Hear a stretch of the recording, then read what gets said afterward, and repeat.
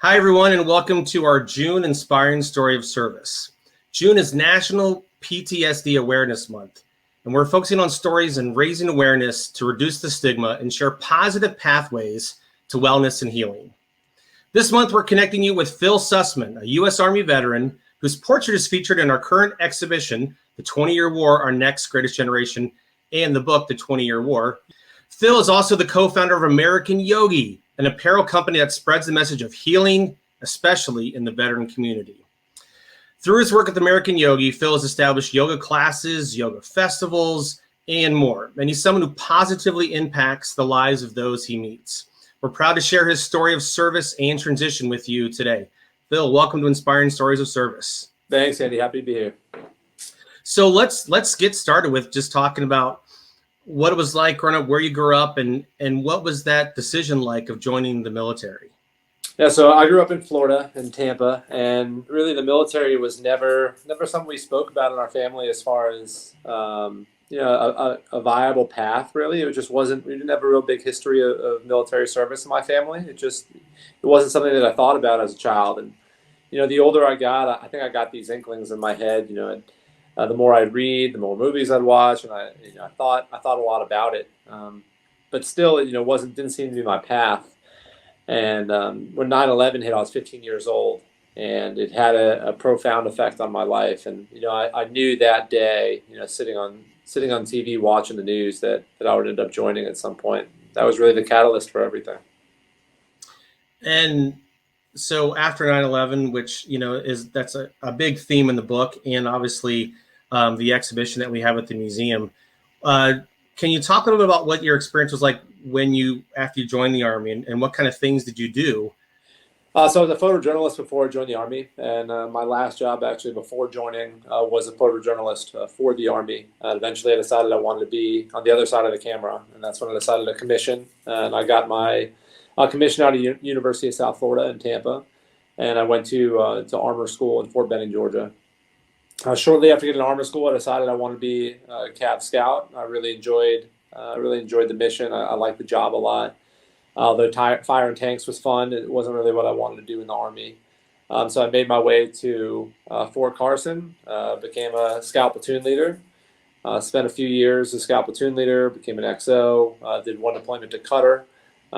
When I got home, I started working my way towards special operations. En route, I broke my back in 2015 in a training accident. But 3 months later, I was in selection for Special Operations Civil Affairs. I've been Jordan as a team leader, and Syria shortly after that as a operations officer, operations chief. And I know you talked about in your story in the book about some of that work in civil operations. So what was that like after you'd broken your back, but you got back into things, and talk about that for a little bit. Yeah, so I really loved being a civil affairs officer, being a team leader on the ground. My first deployment in SOF was to Jordan, and I was the only team on ground. There was an MSOT with us, a Marine Special Operations team, and us, and I was the only one, or my team was the only one doing that mission on the ground. And I loved it. I was working out of the embassy, and I had the kind of the free reign to approach the mission how I chose. Really, I love the culture in the Middle East. I learned the language, and I liked exploring. I liked meeting new people, and I liked understanding new people. And really, the missions that I had over there were ones that no one else was doing. So when I would go somewhere, I'd go with an intent to speak with someone and to understand a place better, to allow the U.S. Army to do their mission better. So I really enjoyed it. I was kind of the bridge between the folks at the embassy or the State Department or USAID that when I was in Syria, they were out of the country. But when I was in Jordan, I'd go to the embassy one week, and then I'd be on the Saudi border the next, or I'd be up at the Syrian border the next, trying to understand, what security situation is like, just trying to understand what the grievances are like, who needs more representation from the national government, So being a captain, being an O3 on the ground, with people treating you as if you're a colonel or a general is kind of a surreal feeling at first. They don't really know how to address you or who you represent, other than that you're an American. We didn't wear uniforms overseas, So really, we were little mini ambassadors. We could be some of the only Americans that people would ever talk to. And I found that there was a lot of honor in that. And I liked the privilege of that. And it made me very aware of the impact that I was having on the people that I was speaking with. It's impressive, I think, to say the least. Let's go down that road for a little bit and talk about that transition out of the Army, and then how American Yogi got started. Yeah, so American Yogi, it was actually started while I was still in service. It was a response to really being in a tough place physically and mentally. I'd lost a close friend at the time, and we lost a couple other soldiers that I was close to as well around that same time period. And then I was in severe pain from my back. So I was just in this place where I needed some sort of healing. And I started to do yoga, and I found that it allowed me an access to my own peace that I'd never felt before. And shortly after starting it, I realized that yoga was really underrepresented in the military community. I had never considered it. The guys that I worked with never considered it. Never seemed like something that was for us. So I approached my brother, who runs the company with me, and I told him that I wanted to start a company that would help to reach out to communities that were underserved when it came to spiritual wellness. For me, it's the military community, active duty and veterans. So what started as a company, just a way to make some shirts to make people feel better in a studio. Now we're an international community of people that are focused on healing, that are focused on wellness and making themselves better, not only for themselves but those around them. And that journey, I became a yoga teacher along the process. I've done retreats around the country and outside of the country, and I've been able to grow a lot spiritually, which helped me both in service and then during transition. But transition was really hard. The moment that you leave the service, everything changes instantly. You think that everything is going to be the same. You're just wearing a different uniform. You're wearing civilians now instead of a uniform, but it's a lot more complex than that. It's about finding purpose, which I hear talked about a lot, but it's more to me about my identity. I had to refigure out who I was as a civilian or as a veteran after spending so long enmeshing my identity in service and what I did, and who I was in uniform as a soldier. So the path has been one of largely wellness. I talked to a counselor right after I got out from the vet center, and what he had told me was take a year and take care of yourself. So that's sort of the way that I've been approaching my transition. Not worrying about getting a job right away, not worrying about anything past what I needed to do for myself and my family at this time. So I started saying yes to things, and that was really the key for me. I went on a warrior sailing event. And they taught me how to sail a sailboat. I got my scuba certification through a veterans nonprofit down here in St. Petersburg. Heroic Hearts Project brought me on a healing ayahuasca retreat down in Peru, which changed my life. For me, it's been a matter of truly focusing on the things that I need, and maybe the things that I had enacted in my life throughout service that wasn't always the healthiest for my mental health, in order to create a foundation and really a groundwork for a healthy rest of my life. What advice would you share with others about that transition that you found particularly helpful, or maybe what helped you the most through that? For me, I think it comes down to two things, and one of which is self-compassion. I think we have a tendency to be hard on ourselves. Well, I should be in this place. I should have my stuff together by now. I should be doing this or that. I think that if we take it from a position of, it's okay. I'm okay where I am right now. It's okay that I'm struggling a little bit. It's okay that this transition is difficult. It's okay. I get up every day and I'm trying, and that's enough. That's okay. We spend so long in the military, constantly, looking at ourselves and being critiqued and working on improvement and working on what happened in the past and what you have to do. This is a time to be compassionate for yourself as you are in this moment. So the first thing I would say is really to take your time, because it's not going to happen right away. It's a process. It's like grief. You're grieving your old identity as a soldier. You're grieving your past, in some ways. The other thing I would say is to get out there, to resist the urge to kind of hole away. There was days after I got out where it was hard to talk to old buddies. It was hard to talk to guys from that I served with, because I felt like I was in such a different place. It was hard to get out of my shell, to really experience life. So I had to force myself sometimes. Like, I know this is going to be tough. I know this is going to be maybe a little scary. It's going to make me a little bit nervous. Maybe it's going to trigger, some old, trauma or symptoms I have in me. But, it's the benefit is better than the loss of staying home. So I got out there a lot. That if an opportunity came up, if I was speaking with someone and he said, "Hey, I've got this group of guys or this thing that I'm doing next week. Do you want to come, with me? You want to come try this out?" And I would say yes.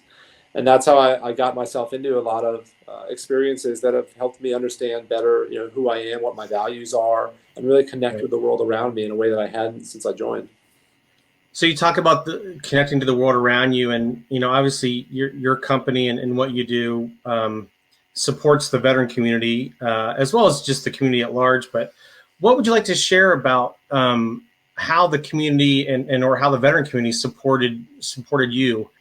Yeah, I think honestly, the veteran community has been crucial in my transition since I left the Army.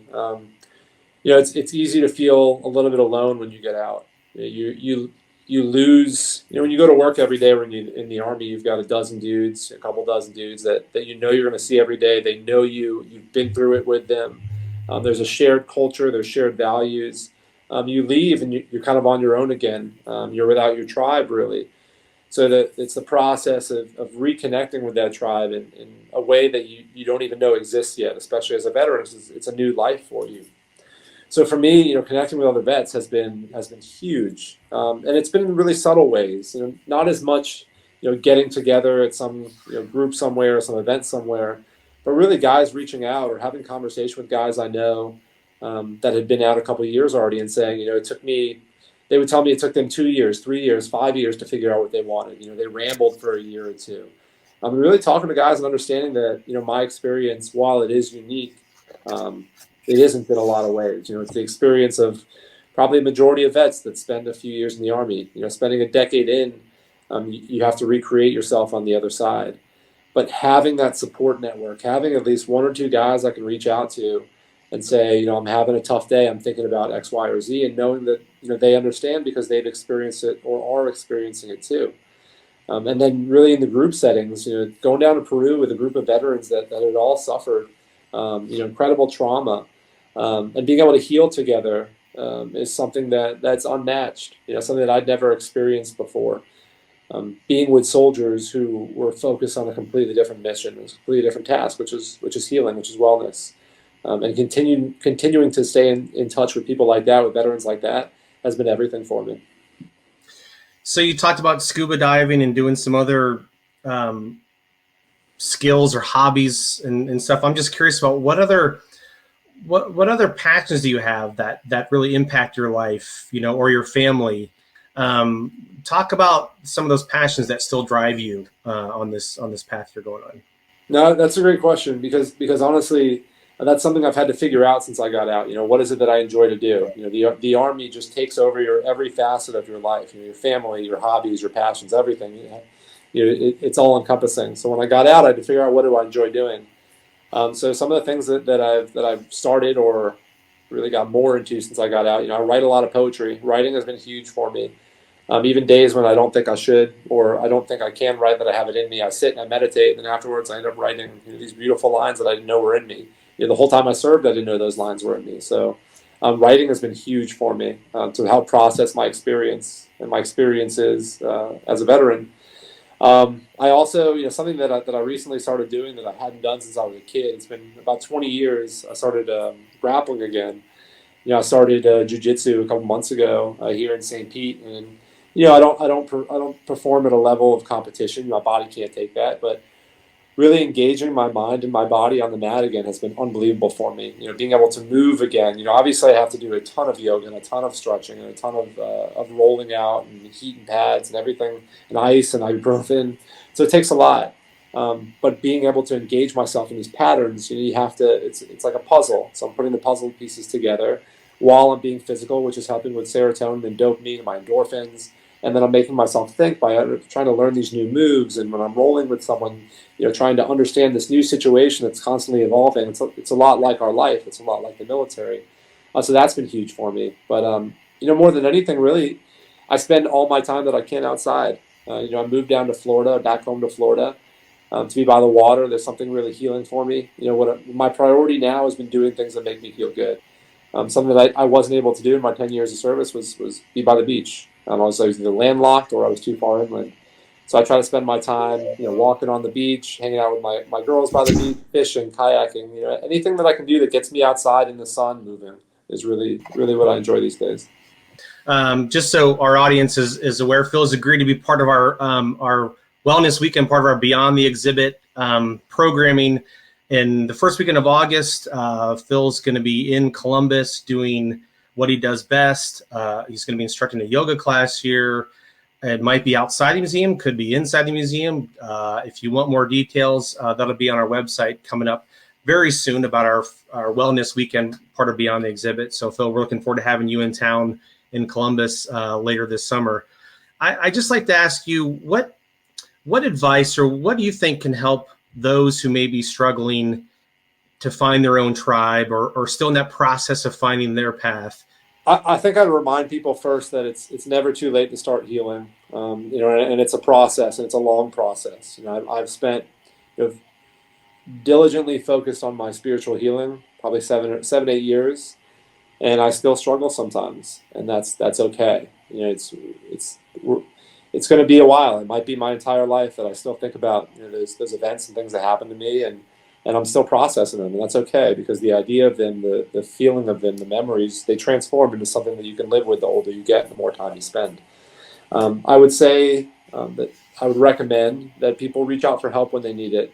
And I know people hear that a lot, but if you're a veteran, go to the vet center. I've worked with there's a nonprofit called the Camaraderie Foundation that helped provide me counseling for the last 6 months that I've been in Florida. So I would say the first thing is reach out for help, and it's okay. It's okay to feel how you're feeling. We've been there. There's so many of us that have been there, and keep searching. Don't stop. Don't give up after. I went to a vets group at the vet center here. It was a bunch of Vietnam vets, and it was great at first, and then it ended up being something that didn't serve me. So I found something else, and I kept exploring and exploring until I found that group. So I'd say is never stop exploring. Never stop being curious about things that either you're interested in or things that might be the best thing for your mental health.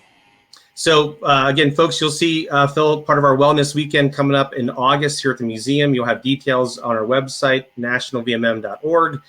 You can also check out Phil's website, American Yogi. We'll put that website up for you on the screen here.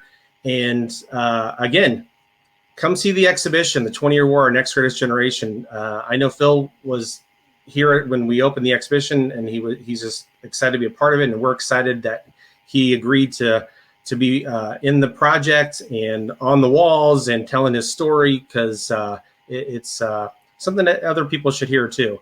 Phil, again, thanks for joining us today. Thanks for sharing your thoughts about PTSD awareness and how that healing can be different for everybody, but it is there if you want to go grab it. So this has been our Inspiring Story of Service for June. Phil Sussman's been our guest. And Phil, we'll see you back in Columbus late summer. Thanks, Andy. Can't wait to see you again.